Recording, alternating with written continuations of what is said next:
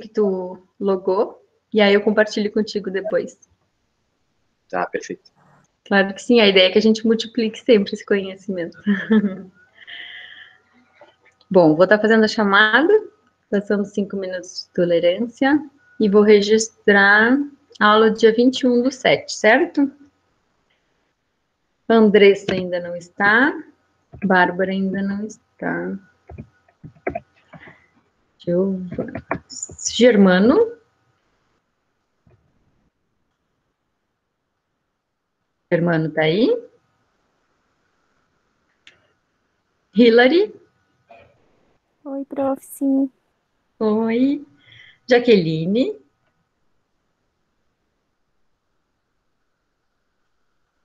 Jaqueline Neves? Ah, pessoal, vou pegar o chazinho. Chamo depois.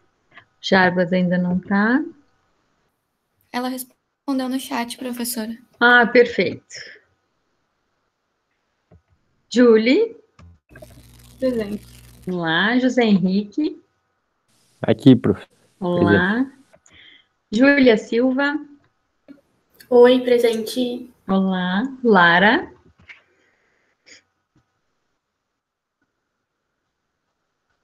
Presente.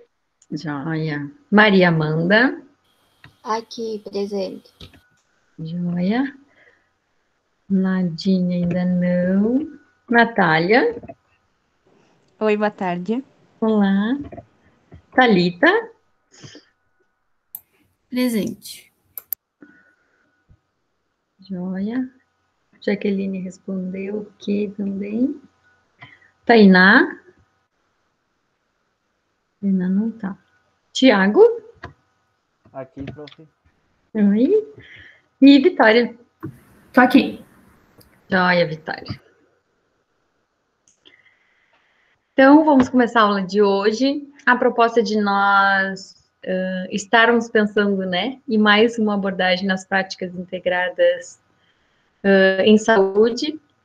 E aí o convite faço, né, como estávamos conversando anteriormente, e lembrei com muito carinho que foi um convite quando eu estava em Bagé, e a turma de Aceguá me convidou para fazer uma formação contigo, Thiago. Foi interessante, né, desconhecer por ter vínculos afetivos de outras relações, e também uma memória afetiva profissional que eu construí lá em Bagé. Então, é um encontro bastante carinhoso ao lembrar e estar conversando contigo hoje, com a proposta de pensar as práticas integrativas, né? Uma visão transpessoal com o esporte, e por tu teres, né, essa vivência pessoal, profissional, como multiplicador, né, dessa abordagem no âmbito da capacitação de equipes de saúde, nos serviços de saúde. Então, é com muita alegria, assim, que tu aceitaste esse convite. Queria te agradecer, porque a disponibilidade de tempo, uma organização, né, de preparar a aula e fazer esse diálogo com outro grupo, né. É diferente, talvez, pensar quando são profissionais que já estão exercendo serviços, né, no serviço de saúde, e em construção ainda alguns desafios, né, até chegar nessa área de atuação. Mas acho que é um importante momento, né, pensar a pandemia, que ainda com algumas restrições, acho que é um desafio de nós estarmos pensando outras demandas e estratégias, né, de pensar saúde. E eu acho que tu vai trazer uma contribuição bastante importante pela forma como tu realizas, né, no âmbito pessoal profissional, mas também, né, como multiplicador dentro dos próprios serviços de saúde. Então, eu queria que tu te apresentasse, por gentileza, Tiago, antes, e de nos contar um pouco, né, dessa tua trajetória e em que momentos, né, que tu começou a inserir no serviço de saúde também, para a gente conhecer num todo. Fica à vontade de que, se quiser fazer só a fala, se quiser projetar também te ajudo. Tá, legal. Bom, então, boa tarde oficial aí, muito bom estar aqui. Quero agradecer o convite da Cíntia, né, estar com você nessa turma é muito bom, porque a gente pode conversar, e esses diálogos é que fazem com que essas ideias, conceitos, né, o que é a prática integrativa, afinal de contas, o que pode ser uma abordagem integrativa, ela só vai acontecer se a gente pensar muito sobre ela, que afinal de contas não é exatamente aquilo que as nossas experiências foram nos trazendo geralmente, né? A maioria de nós, quando precisou acessar serviço de saúde, quando fez alguma prática esportiva mesmo, fez isso com um outro olhar, né? Eu quero trazer um olhar um pouco diferente para vocês, possivelmente um olhar que vocês de alguma maneira já conversaram aqui na disciplina, ou conversaram bem parecido, né? Mas que de fato eu vejo assim, que a gente ainda está construindo, né? Que ainda não está estabelecido plenamente, ele vem aos poucos se tornando mais presente. Por que eu digo isso? Porque o nosso sistema de saúde, ele está muito baseado numa medicina que é mais curativa, ou seja, quando a doença se estabelece, quando a lesão, quando o ferimento, o que for desse tipo, né, o mal físico ou psicológico, emocional se estabelece, é aí que a gente vai intervir normalmente. E esse também é o costume dos usuários lá do sistema, é também o costume do paciente, é o costume do aluno na academia, do cliente lá na clínica, que ele busca o terapeuta, busca o médico, busca o instrutor, quando ele viu que alguma coisa deu errado. E aí chega para cada um de nós com essa necessidade, assim, né? Me tira, pelo amor de Deus, daqui, desse lugar que eu estou agora, como se ele fosse encontrar, né, esse profissional que num passe de mágica vai dar um medicamento ou um toque específico e vai tirar o sujeito daquela situação, quando na verdade as práticas integrativas nos dão uma outra ideia, que é a de tu propor um caminho, de tornar o sujeito ativo no seu processo de cura, de autocuidado, compreensão de si mesmo, né? Não só através do viés curativo. Então, esse ponto de vista e os estudos que eu desenvolvi em cima dessa ideia, né, dessa visão, eles foram se tornando cada vez mais presentes na minha formação. Então, quando eu fui aluno da graduação em Educação Física na URGS, que foi a minha formação acadêmica inicial, mas também estiveram muito presentes depois no mestrado, também lá na Universidade Federal, também mais ainda quando fiz especialização na área da psicologia, porque daí eu trabalhei diretamente, né, com esse diálogo entre teorias mais recentes da psicologia e os conceitos da medicina tradicional chinesa. Ao passo que toda essa jornada de formação acadêmica, eu fui paralelamente desenvolvendo uma série de pesquisas, estudos, e depois de um tempo ministrando cursos, né. Uma etapa desse período eu compartilhei com 2 colegas meus que estavam mais próximos, e a gente, então depois de 9 anos, concluiu um estudo e publicou esse livro aqui, que tem o título, né, que a Cíntia falou para nós agora há pouquinho, Práticas Integrativas, uma visão transpessoal do esporte, dos jogos e das terapias corporais, né? A visão transpessoal é uma visão que vem da psicologia, que é uma teoria que ela abarca coisas que vão para além, né? Transpessoal, vão além do eu individual. Então, existem muitas coisas que nos influenciam, o ambiente, a interação com as outras pessoas, né? E nós não somos só o corpo, a gente tem uma dimensão emocional, uma dimensão mental, uma dimensão social, uma dimensão espiritual. Então, todas essas coisas atuam para o nosso estado estar, né, em equilíbrio ou não. O conceito de saúde vem ao longo das últimas décadas mudando, também influenciado por esse entendimento. E agora, quando essas várias revoluções paradigmáticas vêm trazendo essas ideias diferentes, a gente vê que surge a necessidade da gente refletir sobre como que vai atuar, né? Então, no livro a gente explorou muito essas inquietações, assim, e eu quero falar um pouquinho sobre elas, com vocês e falar um pouquinho sobre o que já existe de legislação, o que existe de literatura e o que seria, afinal de contas, né, pelo menos do meu ponto de vista, essa atuação com as práticas integrativas. E vou relatar um pouquinho para vocês o que eu já fiz, como é que aconteceram essas capacitações também, que a gente já comentou, para vocês terem uma ideia do que vem acontecendo, pelo menos aqui no nosso âmbito do Rio Grande do Sul. Eu tenho uma apresentação para ir passando junto, eu não sei se precisa habilitar meu compartilhamento, se já está. Eu vou tentar... Aqui no Google Meet tu consegue fazer, é naquela opção ali embaixo que é uma caixinha e uma flecha, só que tu tem que estar com o arquivo aberto. E aí quando tu clicar ali, ir na opção uma janela, e aí vai te oferecer as opções dos documentos, ver se consegue. Já, na verdade, Aí. já comandei para ele fazer o compartilhamento. Não sei se está aparecendo para vocês. Já está, já está. Uhum. Tá, maravilha. Está no tamanho ótimo, está tudo certo. Deixa eu ver. Deixa eu ver aqui.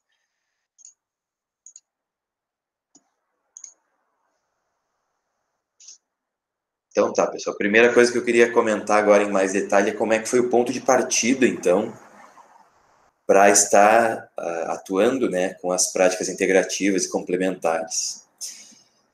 E a primeira coisa de tudo foi, na verdade, um sentimento, assim, de que faltava alguma coisa nos esportes, em outras práticas que eu participava, né? Porque, na verdade, o que acontece, assim, a minha história, vamos dizer assim, esportiva, que inclusive me levou, né, para a formação em educação física, ela foi ligada às artes marciais. Então, o que acontece? As artes marciais, elas também são esportes, sim, né? Tem competições, tem aquele coisa do treinamento, alguns se tornam praticantes mais avançados, atletas de alto rendimento. Foi durante muitos anos o meu caso, né? Cheguei a atuar como membro da seleção brasileira, consegui medalha em sul-americano, fui disputar o Mundial lá no Japão. Mas a arte marcial era muito mais do que só essas práticas, assim, do treinamento esportivo habitual, né? Praticar os fundamentos, praticar as estratégias e, nos eventos, disputar uma medalha, né?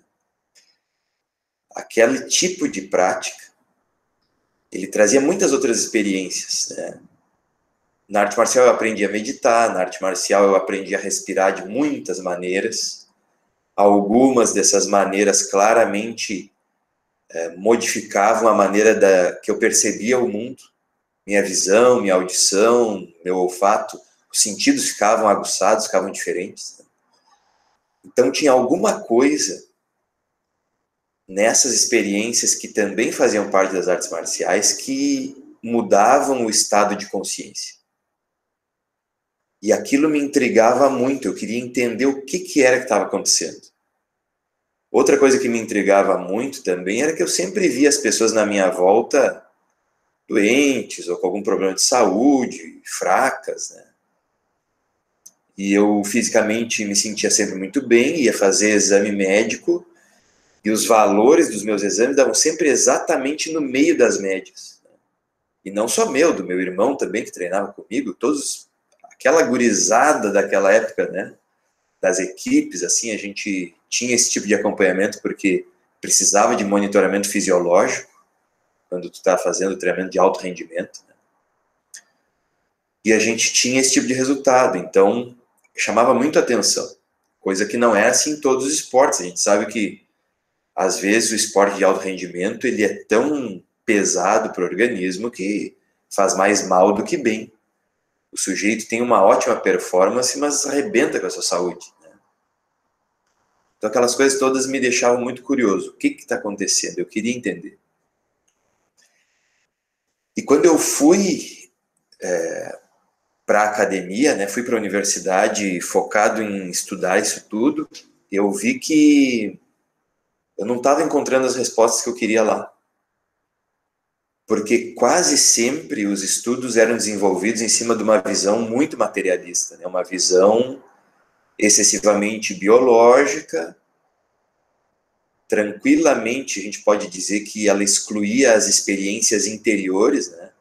Pouquíssimo se abordava de psicologia, e quando se abordava, era como se a mente fosse algo que emerge do cérebro, ou seja, o cérebro é feito de matéria, e a matéria é o fundamento de tudo, né? Tudo que existe é feito dessa matéria. E, obviamente, tinha uma série de coisas que eu já tinha experimentado que não tinha como essa explicação satisfazer.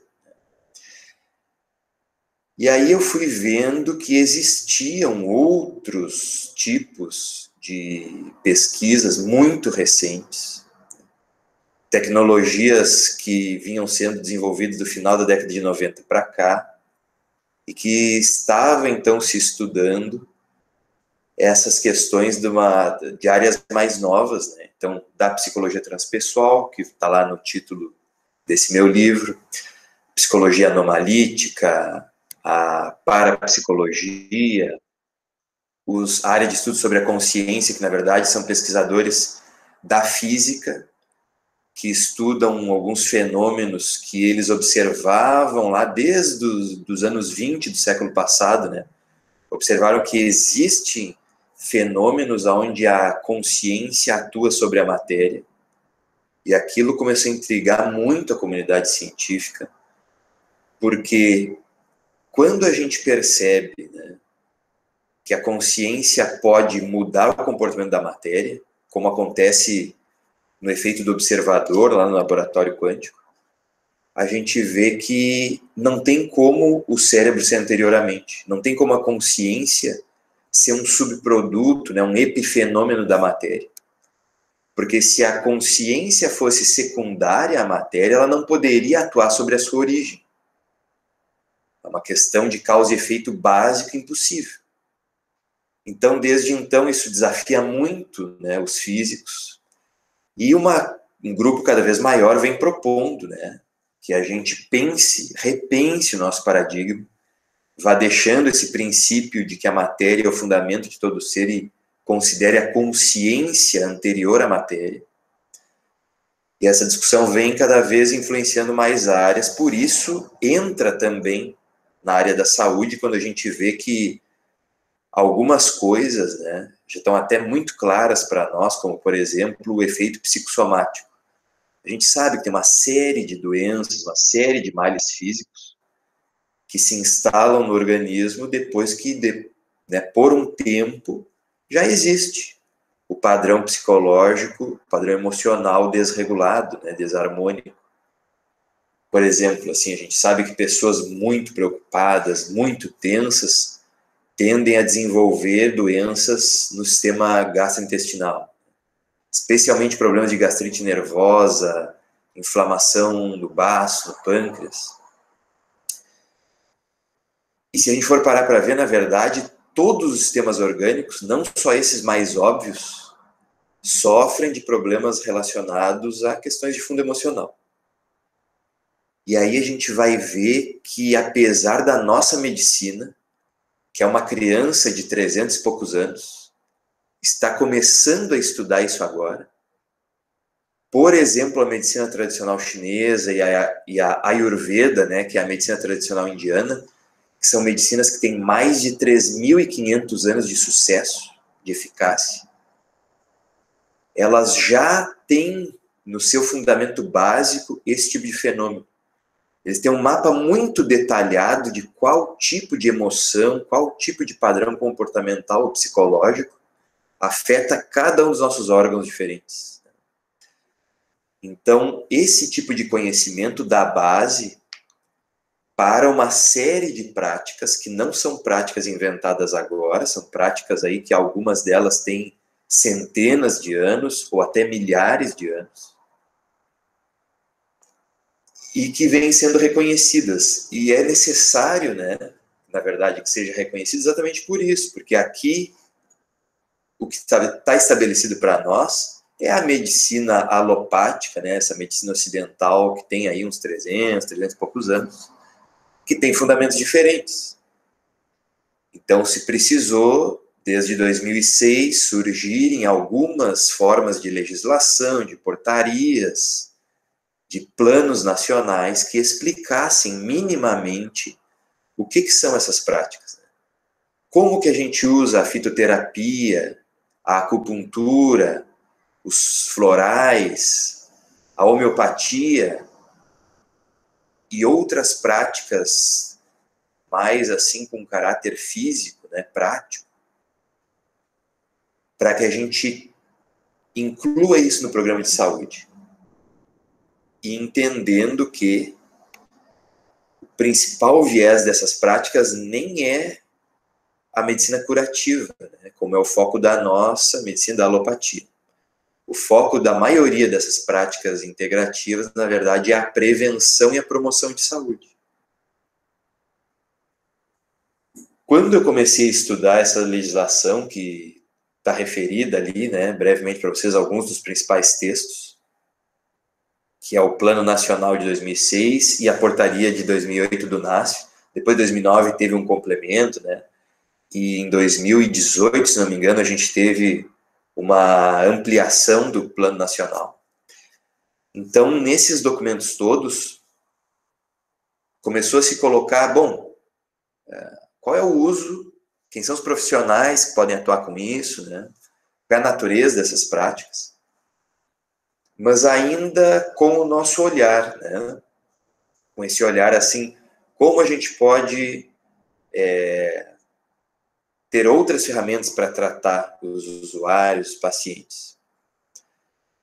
Então, nessas formações profissionais que eu mencionei para vocês antes, as pessoas, né, os profissionais de saúde que me levaram para várias cidades aí do estado para a gente estar fazendo esses treinamentos, eles tinham em mente essa outra questão, né? A gente precisa trazer alguém que nos dê essa ferramenta para a gente ter programas de promoção e de prevenção.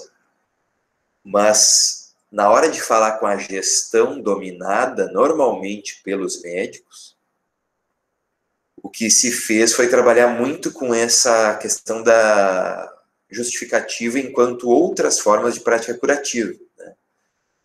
Então, eu, por exemplo, me deparei, já só com uma curiosidade para vocês terem uma ideia, assim, me deparei com a situação de que, bom, não temos como ampliar as vagas de fisioterapia, porque só tem um fisioterapeuta no município. Então, se tiver alguns agentes de saúde treinados na ginástica chinesa, a gente manda as pessoas fazerem lá Liangong no grupo de ginástica chinesa e beleza, é uma alternativa à fisioterapia.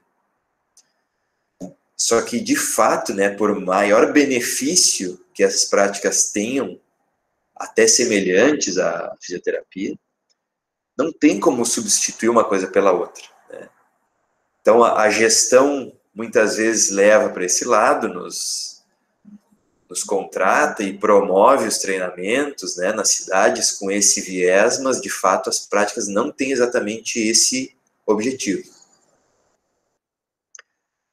Outra coisa, assim, é que quando a gente olha, né, pro tipo de atividade que a gente vem fazendo, assim, com os centros de saúde, dando treinamento nas unidades básicas e outros núcleos de apoio à saúde da família, estratégia de saúde da família, a gente vê que, num primeiro momento, às vezes é até outra forma de romper, né, a visão estabelecida que a gente vai levar essa forma de ver que eu comentei com vocês antes.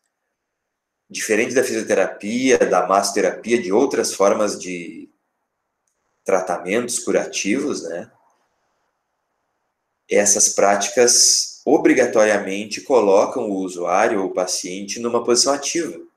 Ele tem que fazer, né? O terapeuta, o instrutor não vão fazer por ele. Vão demonstrar os movimentos, vão explicar, mas a própria pessoa tem que se cuidar, né? Precisa ir lá, participar do grupo e fazer sozinha os movimentos. Então, uma série de questões aí que estão colocadas para nós que dão essa diferença. Muito interessante tu trazer isso, Thiago, porque realmente, quando a gente vai pensar na saúde, e que vai pensar, que seja lá no curativo, né? Quando a gente propõe, faz uma proposta de tratamento, ainda assim, por mais que disponibilize os recursos humanos ou materiais, tu precisa que o paciente adere, né? Ao tratamento colocado, assim. Então, pensar em promoção da saúde, que é como que tu traz, é um processo de transformação, passinhos lentos, né? O uruguaiano ainda tem é um pouco mais lento ainda do que alguns municípios que a gente vem conversando assim com os convidados. Acho que mexe com essa mudança de comportamento, estilo de vida e muito mais a questão cultural, né? A gente pensar o antes, né? Do que esperar algum agravo, né? Embora a saúde comumente a gente não observa e desperta, né? Sempre chama atenção quando, claro, atrapalha a dinâmica da saúde. Mas que ótimo tu trazer essas reflexões, porque de fato nelas estão engajadas, né? No assunto. O que estiver acontecendo, né? Eu me lembrei agora com a tua fala daquela situação assim, a gente precisa colocar isso em discussão, fazer os grupos, fazer as práticas, porque isso desafia a nossa visão de como atuar, né? Tem aquele famoso filósofo Thomas Kuhn, que ele estudava a questão dos paradigmas, da epistemologia, né? Ou seja, a forma de interpretar o que é o conhecimento, o que é a própria ciência. E ele comentava, assim, o paradigma, né? Ou seja, a visão de mundo, a visão que a gente está usando para determinada atividade, é como se fosse uma parede branca. Vêm questões que desafiam o nosso senso comum, essa nossa visão, e é como se fossem aparecendo manchas vermelhas na nossa parede. Até que chega um ponto que teve tanta mancha que a parede fica vermelha. Ou seja, a gente vai aos poucos introduzindo, vai discutindo, como a gente está fazendo aqui. Daqui a pouco isso se estabelece porque é, né, aquilo que tem mais avançado, mais moderno aí nas pesquisas está nos mostrando, é fundamental. Vocês imaginem o seguinte, deixa eu dar um exemplo bem prático. China, quase 2 bilhões de habitantes. Vocês imaginem um país desses com o mesmo mecanismo que o nosso aqui para tratamento de saúde. Que as pessoas fossem até as unidades de saúde, recebessem medicação, né, gratuita, atendimento passivo. O país não ia dar conta, por mais que esteja avançado na indústria, na economia, não teria como. É um gasto gigantesco para a saúde pública.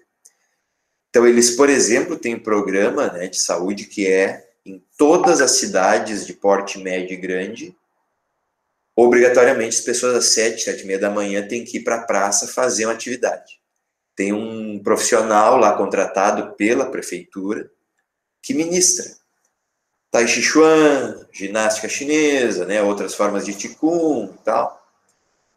Então, quem não vai, e aí, claro, é outra cultura, né, outro país, não se aplica exatamente ao que a gente, do jeito que a gente vive aqui. Talvez aqui essas regras iam ser vistas como uma forma, assim, de atacar o princípio da liberdade, que aqui no Ocidente é o primeiro, talvez, valor de todos, né?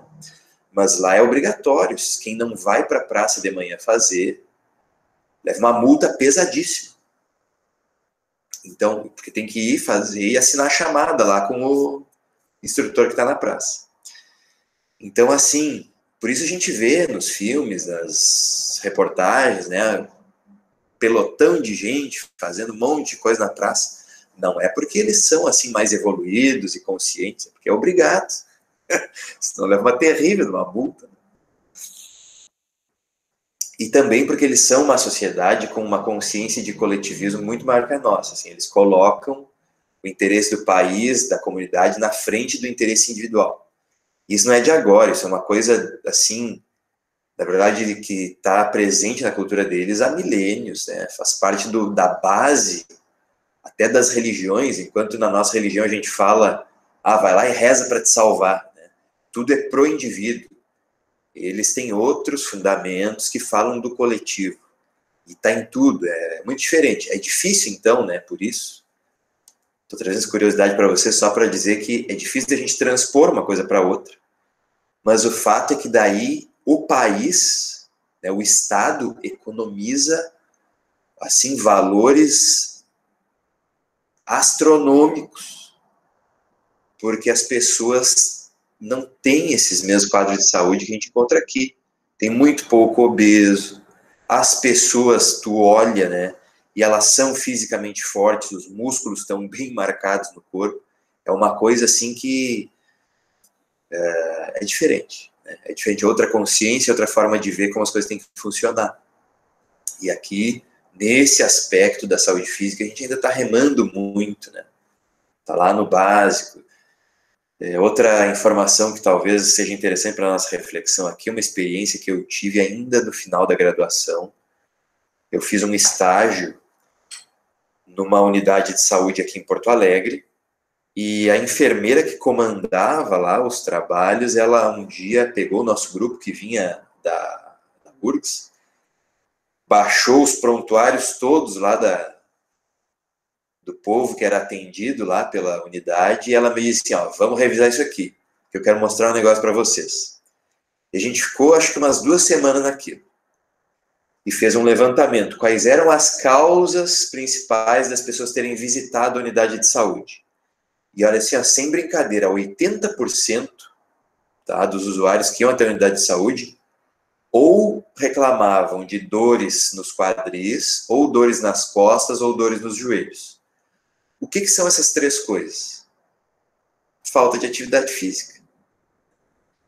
Então, na verdade, ela, naquele momento, quis, né, fazer esse levantamento com a gente, porque era a primeira vez que tinha um grupo de educação física lá, fazendo estágio com eles, e na verdade, era o que mais faltava. Né? Pessoal, não esqueçam, né? Nós somos animais, nós somos mamíferos. O nosso corpo foi feito para caminhar no mínimo 20 quilômetros por dia. Nós temos uma adaptação, né? Nós somos um ser único sobre o planeta Terra. O nosso calcanhar tem uma anatomia única, é feito para ser o caminhante mais econômico, mais eficiente de toda a natureza. Os nossos ombros são diferentes dos ombros de todos os outros macacos sem rabo. A gente não foi criado para se pendurar em árvore. A gente não tem uma morfologia para favorecer estar pendurado que nem os gorilas e os chimpanzés. A gente tem uma morfologia que é boa para jogar lança. Nós somos o melhor lançador da natureza e o melhor caminhante da natureza. E a gente não faz nada disso. A gente não caminha, não se exercita, né? Fica sentado na frente do computador. Então, vocês imaginem, ao longo da vida, as pessoas ficam muito tempo num ritmo de sedentarismo extremo e isso cobra, né? Isso está na nossa população. Pode ser o caso específico de Porto Alegre? Pode. Mas eu duvido muito que seja. Até porque está muito claro para nós, né, que a doença dos últimos 2 séculos é o sedentarismo. É a raiz de todas as principais outras doenças. É o metabolismo do corpo humano não estar no ritmo que foi projetado para tal. Então, existem, né, muitas dessas práticas integrativas que elas são baseadas, na verdade, em restabelecer o bom funcionamento orgânico a partir do movimento. Então, a gente está falando não só dessas práticas de origem oriental, uma delas foi, né, assim, aquela através da qual a gente se conheceu ali, fazendo treinamento lá em Aceguá, que era a ginástica chinesa, o Liangong.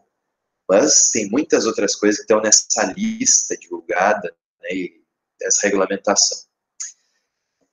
Uma outra coisa que eu queria mostrar para vocês era essa figurinha que está aparecendo um tempo aí na tela, que é o seguinte: todas as medicinas tradicionais, essas medicinas que têm milênios de existência, elas têm uma coisa que a nossa medicina de 300 e poucos anos não tem, que é um sistema simbólico relacional que conecta a realidade e o ser nos vários níveis, tá, de complexidade que cada um deles possui.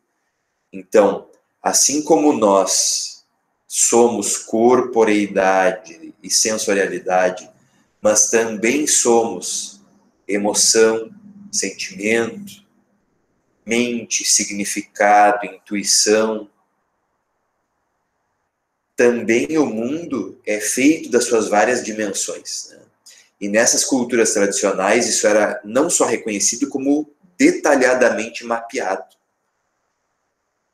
E se descobriu, né, e claro, se demonstrou isso com sistemas simbólicos diferentes, mas se descobriu inclusive as relações desses vários aspectos da realidade e do ser, né?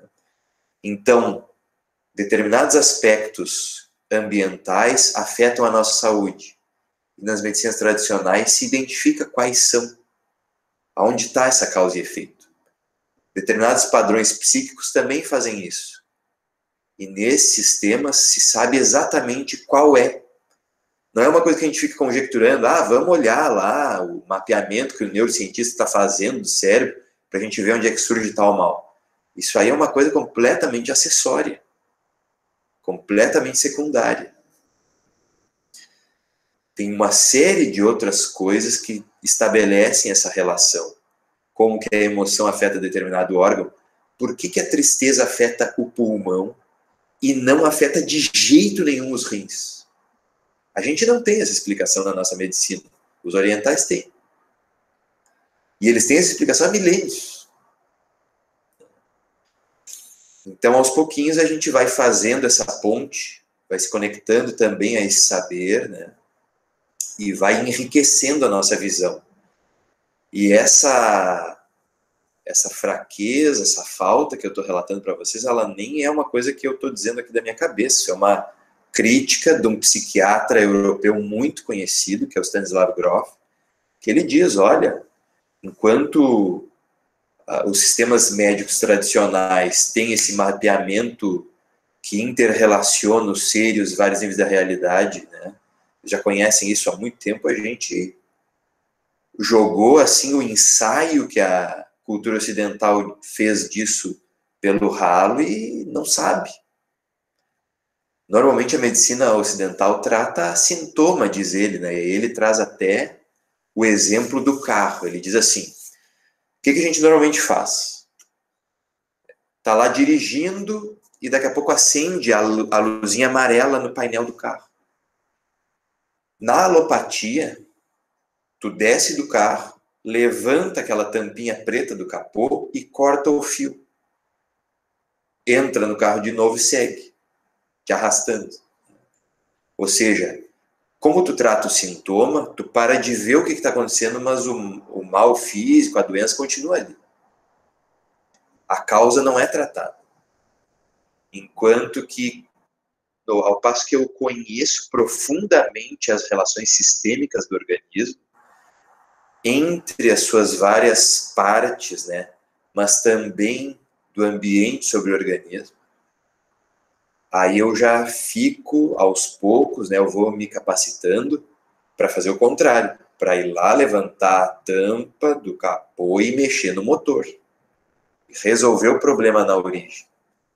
Então esse acho que é o grande desafio que a conversa com essas outras visões de saúde nos trazem. Que a gente tem que parar de tratar apenas os sintomas e começar a ir nas causas, né? Eu acho isso sempre muito interessante. Vou avançar um pouquinho, porque eu quero mostrar para vocês, na verdade, esse gráfico aqui, que ele trabalha um pouco essa ideia, né? A gente conhece esse movimento que ocorre, então, dos aspectos internos, as emoções, os padrões culturais, mentais, criando doenças no corpo. Como se fosse da mente, né, ou da psique, que nem os gregos falavam, para o soma, para o corpo. A ideia das práticas integrativas qual é? É que elas têm ferramentas para virar a seta ao contrário. Para que através de respiração, exercício, massagens, agulhas, sementes, meditações, a gente, ou seja, informações e exercitação, terapia externa, né, restabeleça não só a saúde do corpo, mas também desses aspectos que a gente chama de psíquicos, mas estão intimamente entrelaçados, emaranhados, como se diz na física, com a saúde do corpo. Então eu vou fazendo essas práticas e eu percebo que minha mente se tranquiliza, minhas emoções ficam mais equilibradas, né? Eu me torno uma pessoa mais centrada, não só mais saudável. Então esse eu acho que é o grande benefício de tudo isso, que a gente pode, inclusive, ter uma ferramenta para saúde mental, ou como a gente chama aqui de saúde mental, e separa, né? Isso é até meio absurdo do ponto de vista integrativo, a gente separa a saúde mental das outras disciplinas ou subdivisões da área da saúde. E do ponto de vista integrativo não tem como. Se a gente observa como é que um médico que tem, né, atuação, por exemplo, na medicina tradicional chinesa, ele atua de forma muito diferente do que a gente está acostumado. Se 10 pessoas forem no consultório do alopata tratar um reumatismo, elas vão receber o mesmo fármaco. Tá? Então, 10 pessoas diferentes vão receber o mesmo tratamento médico. Se essas 10 pessoas forem no profissional da medicina tradicional chinesa, elas vão receber 10 tratamentos diferentes, apesar de ser a mesma doença.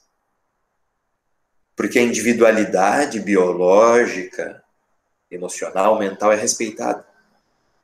Se tem outras ferramentas de diagnóstico que mapeiam esses outros aspectos, e se atua em cima disso. Então, não só as práticas são diferenciadas e elas têm um fim que não é igual ao das nossas, como também a forma de ver a própria saúde e atuar nos casos de diagnóstico e de escolha da terapia daquele caso são bem diferentes. Eu acho que é muito interessante a gente ir aos poucos entendendo como é que isso acontece. Aqui a gente tem assim umas listas, essa primeira é uma lista que eu publiquei junto com o Mauro Cosatti, é um psiquiatra aqui de Porto Alegre, que atuava era o coordenador da Unipaz, talvez alguns tenham ouvido falar em algum momento, mas é uma universidade que surgiu na França, depois ela se espalhou, abriu em Portugal, abriu aqui no Brasil, ela tinha muitas unidades, né, por todo o Brasil, e normalmente promovia cursos de especialização e ensino livre em áreas afins à metodologia transdisciplinar, psicologia transpessoal, práticas integrativas. Então, esse médico foi meu professor na faculdade, lá na educação física, a gente acabou criando uma afinidade, assim, até publicamos esse artigo juntos. E nesse artigo a gente já comentou, né, algumas práticas de origem oriental, assim, práticas de origem indiana, chinesa e japonesa, que tem esse viés, né, que trabalham com o que aqui a gente chama de saúde física, equilíbrio emocional, clareza mental, numa única prática, e que, de fato, é a visão das práticas integrativas. E já aqui nos documentos, então, lançados, né, para regulamentar no SUS as práticas, eles tinham nas listagens iniciais esse grupo aqui de atividades que vocês estão vendo. Um grupo bem grande de práticas da medicina tradicional chinesa, que já foi estabelecido desde o início, né? Acupuntura, que é a terapia com as agulhas, fitoterapia, que é o uso das ervas medicinais, né? O Tai Chi Chuan, que é uma arte marcial interna, algumas formas de Qigong, de exercício, assim, que, principalmente Lien Qi e Liang Gong, massagem, que é o Tuinai, e pressão nos pontos de acupuntura, que é o Douyin. Também nessa época já foi regulamentado o uso da homeopatia, da medicina antroposófica, junto do termalismo, aí são outras práticas de medicinas complementares de outras origens, né? E esse outro grupo das outras práticas corporais e artísticas, incluindo aí caminhada orientada, capoeira, danças, Chantala, que é aquela massagem indiana, né? Uma das massagens da Ayurveda, o shiatsu, que é uma prática de manipulação dos pontos de acupuntura também, mas desenvolvida no Japão, e a yoga, que é uma prática integrativa de origem indiana, é bem popular, imagino que vocês todos já tenham no mínimo visto, né, como é que é uma prática de yoga. Então isso aqui desde 2006, ou seja, há 15 anos, está regulamentado, pode fazer parte do Sistema Único de Saúde a contratação de profissionais ou treinamento dos profissionais nessas práticas, para que ministrem, né, nas comunidades atendidas pelas unidades de saúde. Essa lista depois ela foi ampliada, né, bastante ampliada. As práticas da medicina chinesa continuaram as mesmas, mas esses outros dois grupos das outras práticas, de outras medicinas complementares e outras práticas corporais e artísticas foram bastante ampliadas. Teve bastante divulgação, essa ampliação uns 2 anos atrás, ou 3 anos atrás, agora já 3, na verdade, né? Principalmente pela inclusão de práticas muito populares, como o Reiki e a própria Ayurveda, né? Então, a gente teve uma mudança significativa no conjunto de práticas que podem ser ministradas aí nas unidades de saúde. E eu queria mostrar para vocês, tem um outro pedacinho aqui que acho que hoje não é o caso a gente olhar juntos, porque é muito detalhe e pouco tempo, mas eu queria mostrar esse mapeamento aqui, que foi divulgado num congresso das práticas integrativas no final de 2017, já metade de dezembro, assim, quase virando o ano, né? Então é um dado pré-pandemia, obviamente agora não está assim, porque muita coisa parou, né, esse caos todo, mas o nosso status naquele momento era de que a gente já tinha, então, mais de 9.000 unidades de saúde promovendo práticas integrativas em todo o país. Isso significava, né, que elas estavam sendo, então, ministradas em mais de 3.100 municípios. Quase todos de atenção básica, né, aqueles unidades de atenção primária.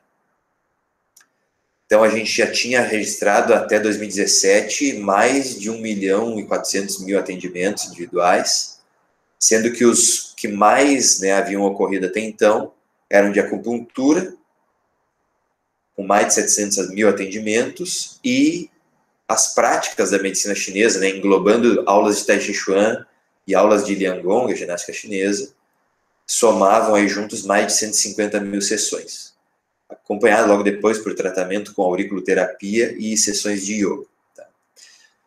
Então a gente vê que nós já tínhamos, né, muita coisa acontecendo.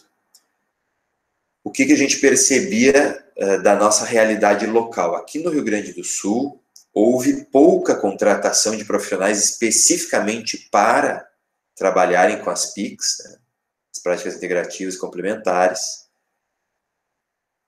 porque demandava novos concursos, demandava muitas vezes os municípios estabelecerem, né, terem a aceitação daqueles editais de instauração de núcleo, apoio à saúde da família, então tinha que mudar a natureza das unidades de saúde, uma série de questões, para a criação das equipes multiprofissionais. Então, uma coisa que vem se fazendo desde então, muito mais rapidamente, vem se capacitando as pessoas para atuarem, é, na verdade, os profissionais dessas práticas ministram cursos para treinar aqueles profissionais que já são contratados, enfim, ou concursados pelo SUS. Essa aí vem sendo a nossa realidade aí, nesses primeiros 15 anos, então, das práticas integrativas regulamentadas aqui no Brasil. E é isso, não esquecer que é uma visão diferente, que a gente está começando, né, a se apropriar dela, entender melhor tudo isso, e que envolve uma série de práticas que não foram inventadas agora, a maioria tem milhares de anos de história, de eficácia, né, no seu uso, e são ferramentas fantásticas, que atuam não só na saúde física, como na saúde mental, no equilíbrio emocional também, tá? Então, é isso que eu queria conversar com vocês hoje. Deixa eu ver aqui, acho que tem...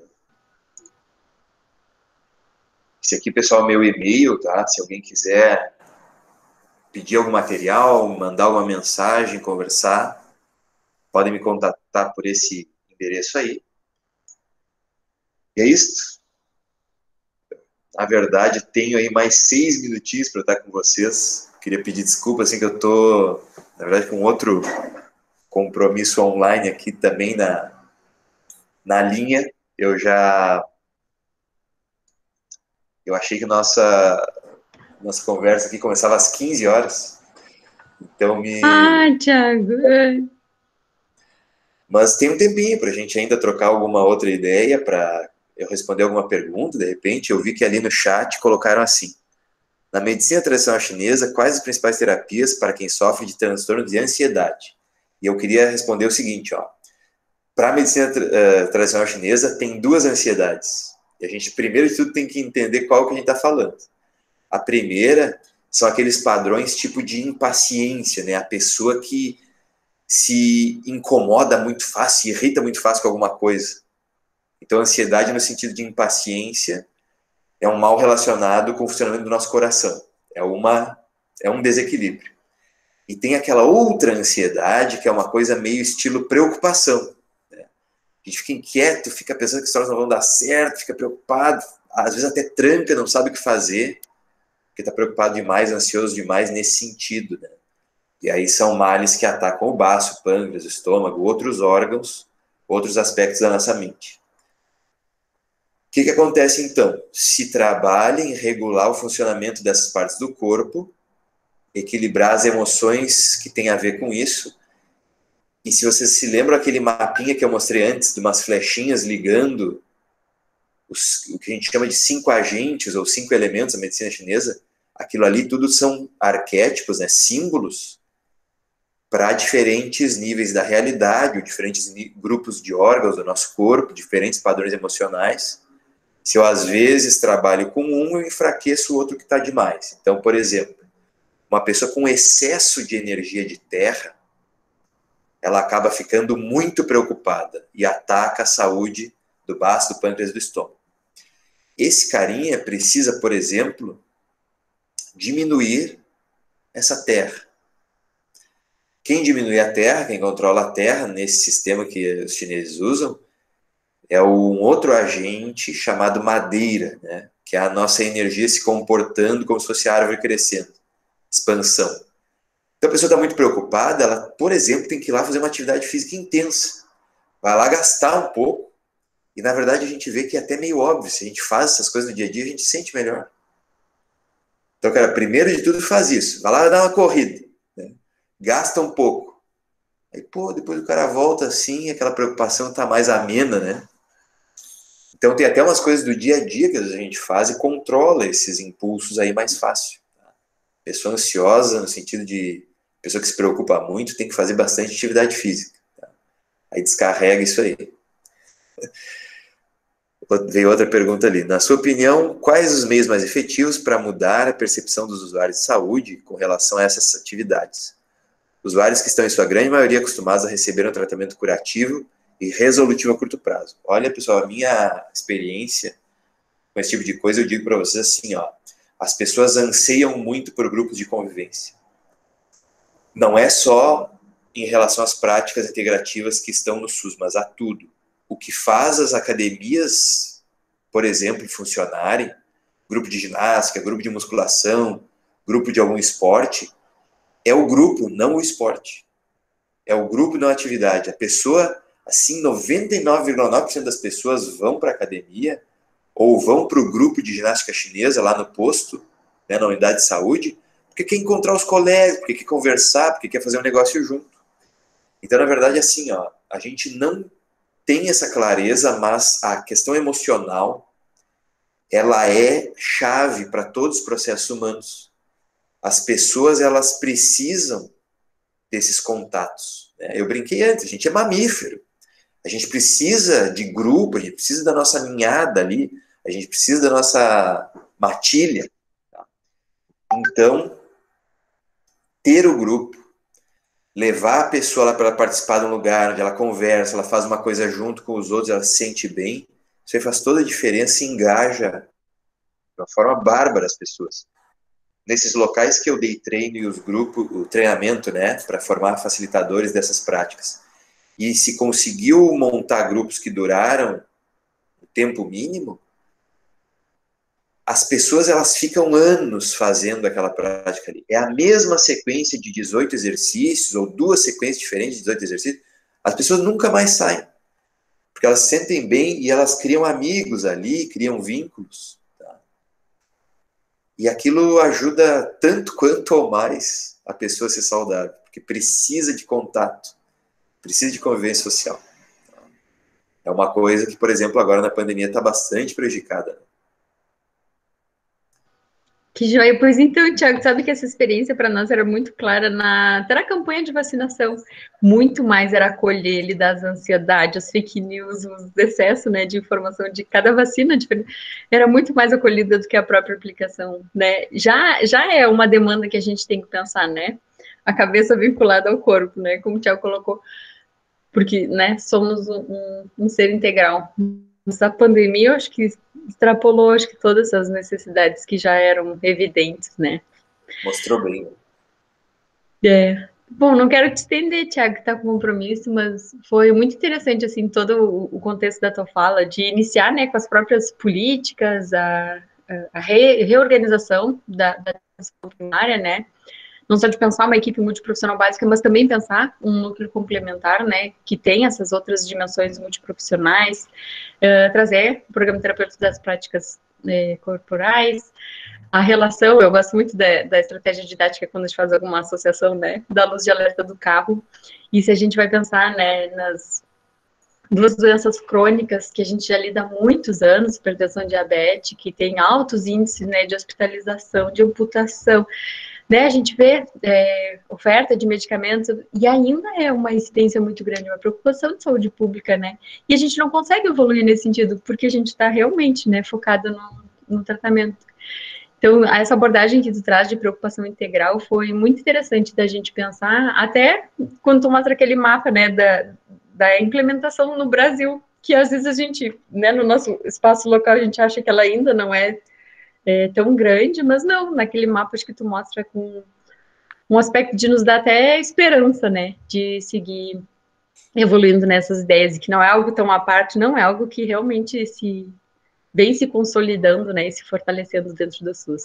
Que legal mesmo, muito obrigada, Thiago. Eu que agradeço, quero agradecer muito todas que estavam aí hoje de tarde, né, ouvindo e participando, as perguntas também no chat, muito legais. Pessoal, se em outros momentos, né, for o caso, a gente conversa. Vou pedir licença para vocês. Vai, fica à vontade. Por sair correndo. Faz parte. Agradeço muito a oportunidade, o convite da Cintia, todos vocês pela atenção. Tá? Fiquem bem. Nos falamos. Obrigada, Thiago. Estou à disposição para qualquer coisa que precisarem também. Grande abraço. Pode deixar. Obrigada, abraço.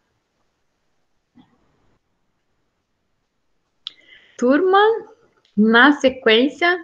deixa eu notificar que apontei a presença da Tainá, certo? Ainda tá aí, Tainá? Tainá tinha entrado Sim, prof, estou aqui. Joia.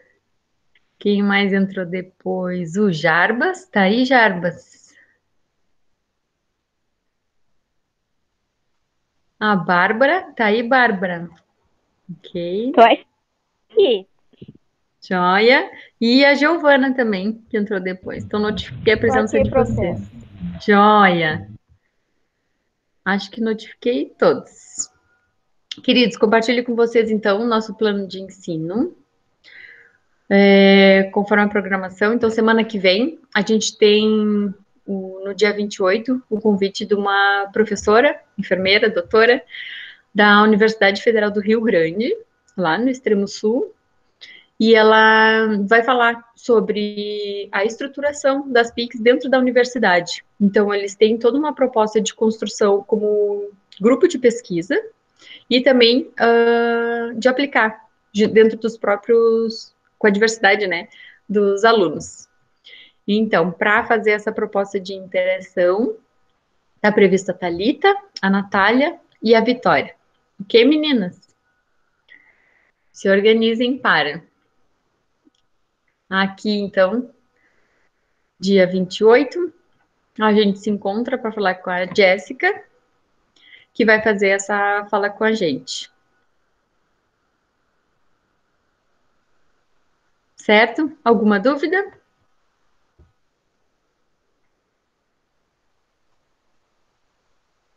Não? Tudo certo?